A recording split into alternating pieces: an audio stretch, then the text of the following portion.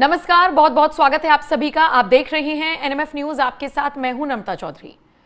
I love Mohammad के poster लेकर बरेली में सड़कों पर बैठे वो मुस्लिम लड़के आपको याद होंगे, जिनको ये कह लीजिए कि बरगलाकर बैठाया गया था। मतलब ये कहना गलत नहीं होगा, क्योंकि जिन मौलानाओं ने इन बच्चों का दिमाग खराब कर रखा है, ब्रेन वॉश कर रखा है, उनके अपने बच्चे तो विदेश में हैं। खुद ये मौलाना सड़कों पर नजर नहीं आते हैं, बस बरगलाते हैं और एक पीढ़ी को आगे कर देते हैं, एक समाज के बच्चों को आगे कर देते हैं, उनके मजहब के नाम पर उनको डरा देते हैं। अब अगर मैं आपसे पूछूं तो बताइए, आपके आस पड़ोस में कहीं पर भी, आपके शहर में किसी ने भी किसी को आई लव मोहम्मद कहने से रोका? नहीं रोका होगा। किसी पुलिस वाले ने नहीं, किसी ने किसी को नहीं रोका होगा। अपने नबी के प्रति प्यार का इजहार करने से ना कोई रोकता है, ना कभी किसी ने रोका, ना कोई रोकेगा। हाँ, आई लव मोहम्मद का बैनर लेकर अगर आप योगी आदित्यनाथ को धमकी देंगे दफनाने की, गाड़ने की, तो एक्शन होगा। सड़कों पर बैठेंगे, अराजकता फैलाएंगे, पुलिस से झड़प करेंगे, तो एक्शन होगा। अब ये तस्वीर देखिए, छोटे छोटे से मासूम बच्चे, मतलब 8-10 साल, 12 साल, और इतनी हद से हद इतनी उम्र होगी, ये भी आई लव मोहम्मद का पोस्टर लेकर ये बच्चे सड़कों पर उतरे हुए हैं। पंकज जी, मुझे तो कहीं से इन बच्चों की गलती नजर नहीं आती, लेकिन ये जो नारेबाजी कर रहे हैं, ये इनके पेरेंट्स कहां हैं? इनके पेरेंट्स की गलती है, जो इन्हें या तो मदरसे में भेजते होंगे ये सब पढ़ाने के लिए, या फिर उन मौलानाओं की गलती जिन मौलानाओं को इनके माँ बाप फॉलो करते होंगे। ये फ्यूचर ऑफ इंडिया है क्या? ये फ्यूचर ऑफ इंडिया नहीं है। और ये ज्यादातर आप देखेंगे ये गरीब बच्चे हैं, बहुत संपन्न घरों के नहीं। ये चीज गौर कीजिए। हमारे हिंदू धर्म में कहा जाता है कि बच्चे भगवान की मूर्त होते हैं। कच्ची मिट्टी, ये कुम्हार पे डिपेंड करता है कि उसे किस सांचे में ढाले, चाहे तो मटका बना ले, चाहे सुराही, चाहे खूबसूरत मूर्ति में उसे ढाल दे। तो बच्चे सही में कच्ची मिट्टी होते हैं। वो टीचर का, जो शिक्षक है उनका, वो कैसा नागरिक बना रहा है उन्हें बड़ा होकर, इस पे सब कुछ डिपेंड करता है। या माँ बाप कि वो अपने बच्चों को कैसी परवरिश दे रहे हैं। हमारे यहां तो खास करके हिंदुस्तान में ये माना जाता है कि माँ बाप कभी नहीं चाहता कि उसके बच्चे बड़े होकर लफंगे बने, मारकाट करते चले। हर माँ बाप की यही इच्छा होती है कि उसका बच्चा बड़ा होकर उसका नाम रोशन करे, कुछ ऐसा करे कि लोग इज्जत से उस खानदान का नाम ले। एक एवरेज माँ बाप की मैं ये बात कर रहा हूं। अब एवरेज क्या सभी चाहते हैं कि उनके बच्चे बड़े होके काबिल बने, ये जाहिलियत तो ना करें? नहीं, कोई नहीं पसंद करता। ये वैसे गरीब तबके हैं नम्रता, कि जिनके माँ बाप मजबूर हैं। अगर इनके माँ बाप के पास अगर पैसे होते तो कॉन्वेंट में पढ़ाते, लेकिन पैसे नहीं है इसलिए मदरसे में भेज रहे हैं। इस बात को आप ध्यान से सुनिएगा, इसमें कोई हिंदू, मुस्लिम, सिख, ईसाई वाली बात नहीं। आप किसी भी मदरसे में चले जाइए, जो बेचारा अफोर्ड नहीं कर सकता वो यहां पे भेजता है। और ऐसे में जिम्मेदारी और बढ़ जाती है उन उलेमाओं की, वो उनके जो टीचर हैं, कि इनको और अच्छे से रखना। लेकिन हो क्या रहा है पंकज सर, मैं आपको क्योंकि ये रोकना गरीब चाहूंगी। है। मैं इस बात से इसलिए इत्तेफाक नहीं रखती, आपने किसी गरीब हिंदू बच्चे के हाथ में पत्थर देखे हैं क्या? वो भी गरीब है ना, वो भी जैसे तैसे कमा रहे हैं। नहीं पढ़ा रहे तो नहीं पढ़ा रहे, लेकिन कम से कम ये पोस्टर वोस्टर तो नहीं करवाते होंगे ना कि हाथ में लेके जाओ। वही मैं कहानी पे आ रहा था कि आगे क्या होता है कि जब ये मदरसे में भेजते हैं ना पढ़ने के लिए, क्योंकि वहां फ्री शिक्षा, और सोचते हैं कि एक गरीब हो, माँ बाप शिक्षित नहीं, उसके मन में ये है कि चलो भाई कुरान उरान पढ़ेगा तो हो सकता है कि अगला जीवन संवर जाए, या कि कम से कम अल्लाह का नेक बंदा बन के रहे। ये इस मकसद से भेजते हैं। अब यहां गड़बड़ शुरू होती है उन मौलानाओं की तरफ से। इन बच्चों को और इनके माँ बाप को, दोनों को, अंग्रेजी में एक शब्द है इंडोक्ट्रिनाइजेशन, मतलब दिमाग में इंजेक्ट करना थॉट्स को।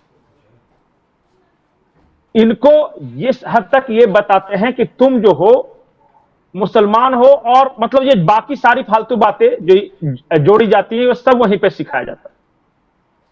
किसने बताया इन बच्चों को कि धूप में, कड़ी धूप में इस तरह के पोस्टर लेकर निकलो? मैं गारंटी के साथ कह सकता हूं कि कोई ना कोई इसके पीछे मौलाना हो। एग्री, मैं गारंटी के साथ कह सकता हूं। बिल्कुल। और मैं ये बात भी गारंटी के साथ कह सकता हूं कि उस मौलाना के अपने बाल बच्चे इसमें नहीं होंगे, नहीं होगा इसमें, इस भीड़ में। वो जिस मदरसे में पढ़ा रहा होगा वहां के स्टूडेंट्स होंगे ये मेरी गारंटी है। या फिर मोहल्ले में कोई छुटभैया नेता टाइप का आदमी जो रहता है, उसने इन लोगों को लाया होगा, इन बच्चों को। टॉफी देने के बहाने, किसी दूसरे इंस्पायर करके। छोटे बच्चे हैं, इनको तो जो बता दो वो मान जाएंगे। और मुझे तो ऐसा ये लगता है लाया पंकज होगा। जी, क्या पता इनके माँ बाप मैं को कम से कम अंदाजा ये लगा रहा तस्वीर ना पता हो कि हमारा बच्चा ये भी कर रहा है, ये भी हो सकता है। नहीं पता भी रहता है ना, तो उनके माँ बाप को ये बता दिया जाता है कि इस्लाम के नाम पे ये गए हैं, तो इसलिए तुम लोग टेंशन मत लो। मर भी जाएगा तो अल्लाह खुश होगा, क्योंकि वो बेचारे के पास तर्क शक्ति करने की नहीं है ना क्षमता। वो उतना पढ़ा लिखा नहीं है, वो उस पोजीशन पे नहीं है कि समाज में कोई नेता टाइप का आदमी है या कोई मौलाना है उससे बहस भी कर सके। उसके पास सिर्फ और सिर्फ एक ही ऑप्शन है, चुपचाप बात मानना। इसलिए मैं बोल रहा हूं। और इनको आप डराकर, धमकाकर या बोलकर नहीं सुधार सकते। एक तरीका है इंडोक्ट्रिनाइजेशन जिसको बोलते हैं ना अंग्रेजी में, उसमें ये दो लाइन है, आप ध्यान सुनेगा। Catch them young, train them young. Catch them young, train them young. बचपन में ही इनको डिटैच कर दो उस चीज से और इनको ट्रेनिंग दो, जो चाइना कर रहा है। चाइना में आतंकी हमले नहीं होते, पता है ना। वहां किसी तरह का इस्लामिक मिलिटेंट आतंकी हमले कर ही नहीं सकता। वहां तो सारी मस्जिदें और मदरसे कन्वर्ट कर दिए हैं ना, कहीं पर रेस्टोरेंट बन गया है, सब बंद। अब समझ में आया ना कि क्या उपाय है। एक चाइना वाला उपाय है, वो करो तो वो इनह्यूमन उपाय हो जाएगा। दूसरा उपाय यह है कि पोलैंड वाला उपाय कि आने ही मत दो। पोलैंड में आतंकी हमला एक भी नहीं हुआ क्योंकि उसने किसी मुस्लिम की एंट्री ही बंद कर दी अपने देश में, कि ना आने देंगे ना, बहुत शांति है वहां पे, किस तरह की कोई दिक्कत नहीं। दूसरा उपाय यह है, तीसरा केस स्टडी जो है वो रोहिंग्याओं का है, जो बौद्धों ने किया। और बाकी कोई उपाय अब तक समझ में नहीं आया। जो उपाय बताते हैं वो ये बताते हैं कि जहां से इंस्पायर होते हैं उस थॉट्स को वहीं पे चेंज कर दो। जैसे कि अगर कहीं पे ये लिखा हुआ है ना कि अल्लाह के अलावा कोई नहीं, बाकी सबको मार देना है, तो वो सिर्फ लाइन चेंज हो सकता है कि नहीं हो सकता। इस पे इस्लामिक कंट्रीज काम कर रहे हैं, इस पे सऊदी के मौलाना काम कर रहे हैं कि अगर कुरान में नफरती बातों को हटा दी जाए तो क्या समाज का भला किया जा सकता है या नहीं किया जा सकता है। यही चीज हुआ था, हर समाज में यह था। जैसे क्रिश्चियनिटी में भी डार्क एज जिसको बोलते हैं, उस वक्त भी यही था। वहां इतने ऑर्थोडॉक्स क्रिश्चियन होते थे, कैथोलिक चर्चेस के हिसाब से चलते थे। बाद में रिनेसा हुआ, पुनर्जागरण काल, वहां साइंस टेक्नोलॉजी ये सब का आया तो वो हुए। हमारे भारत में समाज सुधार आंदोलन हुए हिंदुओं में, बहुत सारे, दयानंद सरस्वती से लेके और वो जिन्होंने सती प्रथा बंद कराया था, राजा राम मोहन राय वगैरह, ये सब हुए। इनमें समाज सुधार आंदोलन नहीं हुआ है। मतलब एक जो होता है ना, इस वजह से ये दिख रहा है ऐसा। इसमें किसी की गलती नहीं है। सुधार कैसे किया जा सकता है, क्या किया जा सकता है, उस समाज को सोचना है, वो कोई बाहर वाला नहीं सोचना है। बिल्कुल बिल्कुल। वहां के लोगों को ये सोचना है कि कैसे। बिल्कुल आप सही कह रहे हैं पंकज जी, बहुत सारी ऐसी कुरीतियां थी। सती प्रथा का आपने जिक्र किया, जिसको हिंदुओं ने एक्सेप्ट भी किया कि हाँ ये गलत है और हमें इससे उबरना होगा। धीरे धीरे ही सही, दहेज पर बात होने लगी है कि ना दो ना लो, जो दे या ले उसका विरोध करो। लेकिन दिक्कत यह है कि ये समाज अगर अपनी कुरीतियों को कुरीतियां माने ही ना, बल्कि फरमान माने ऊपर से, तो फिर तो कोई मतलब ही नहीं है। अब आप बताइए, हलाला के प्रति कितनी लड़कियां आगे आकर बोलती हैं, गिनी चुनी? नहीं, साइकोलॉजी समझिए। पहली बात तो वो अपने घर में अपने मर्दों के बीच में रहना है, तो वो जब तक खुद से इकोनॉमिकली सक्षम नहीं होंगी वो बोल नहीं सकती। पहली बात तो इकोनॉमिकली सक्षम उनको होने नहीं देंगे। एग्जैक्टली, तो ये सर्किल है ना, ये विशियस साइकिल है, चलती रहे बस साइकिल। इंडिपेंडेंट वुमन इसलिए जरूरी है क्योंकि वो खराब चीजों के खिलाफ मुखर होकर बोल सकती है। वो डिपेंडेंट रहेंगी तो कभी नहीं बोलेगी। दूसरों पर आश्रित रहना ही सबसे बड़ी गुलामी। आप रह सकते हो एज ए देश के रूप में, दूसरों पर नहीं आश्रित रह सकते हो, तब आपका देश खड़ा होगा। अपनी रीढ़ की हड्डी हर इंसान में होनी चाहिए और हर मुल्क में होनी चाहिए, हर समाज में होनी चाहिए।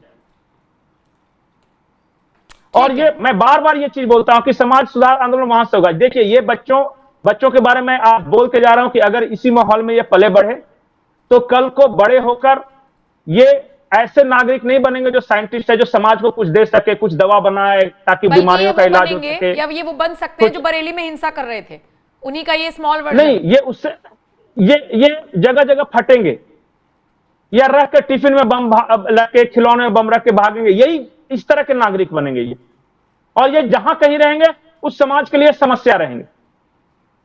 अच्छा, आप इनके चेहरे पे मुस्कुराहट अरे, देखिए, सच में इन्हें कुछ नहीं पता। ये तो मजा इन्हें नहीं पता है कि ये इनको क्या ये कर रहे हैं। मजा, ये लड़कपन है, ये लड़कपन है। मैं बस आपको पोस्टर बताता लेके हूं निकलना। ईमानदारी से, जब हम इस एज में थे ना, इस एज में थे, तो उस वक्त राम मंदिर आंदोलन चल रहा था अयोध्या में लेके। आज मुझे हंसी आती है कि हम कितने बड़े बेवकूफ थे, क्या क्या बोलते थे। रिपीट मत कीजिएगा, क्योंकि उस टाइम पता नहीं आपने नहीं क्या क्या नहीं, बोल दिया इसलिए होगा। मैं बोल रहा हूं, इसलिए मैं बोल रहा हूं। पर पंकज जी, उस टाइम पे आपके मैं बोल रहा हूं पेरेंट्स ने कि तो आपको बचपन, रोका होगा, जैसे ही उन्हें पता लगा होगा कि हाँ, ये तुम क्या कर रहे थे। नहीं नहीं, ये कहते थे कि पढ़ने लिखना, तुमको पढ़ाई लिखाई से मतलब है, हाँ। फालतू चीजों मत रहो। इस तरह हमारे यहाँ ये चेक बैलेंस का है ना समाज में। जो भी इधर उधर कुछ गंदा काम लफड़ाई किया तो चाचा ताया नाना कोई भी आते थे, कान पकड़ के जाओ घर पे। वरना पड़ोसी आके इस तरह शिकायत की कर बातें देता है कि होती। तुम्हारा बच्चा वहां खड़े होके ये हाँ, गलत काम कर रहा है। ये है, या तो सोशल प्रेशर हो, या कानून का प्रेशर हो, या गार्जियन प्रेशर हो, तभी आदमी सुधरता है ना। ऐसे उच्छृंखल नहीं छोड़ होगा तो फिर दीजिएगा ऐसे ही और होगा। ऊपर से लोफर बन जाएंगे ना फिर।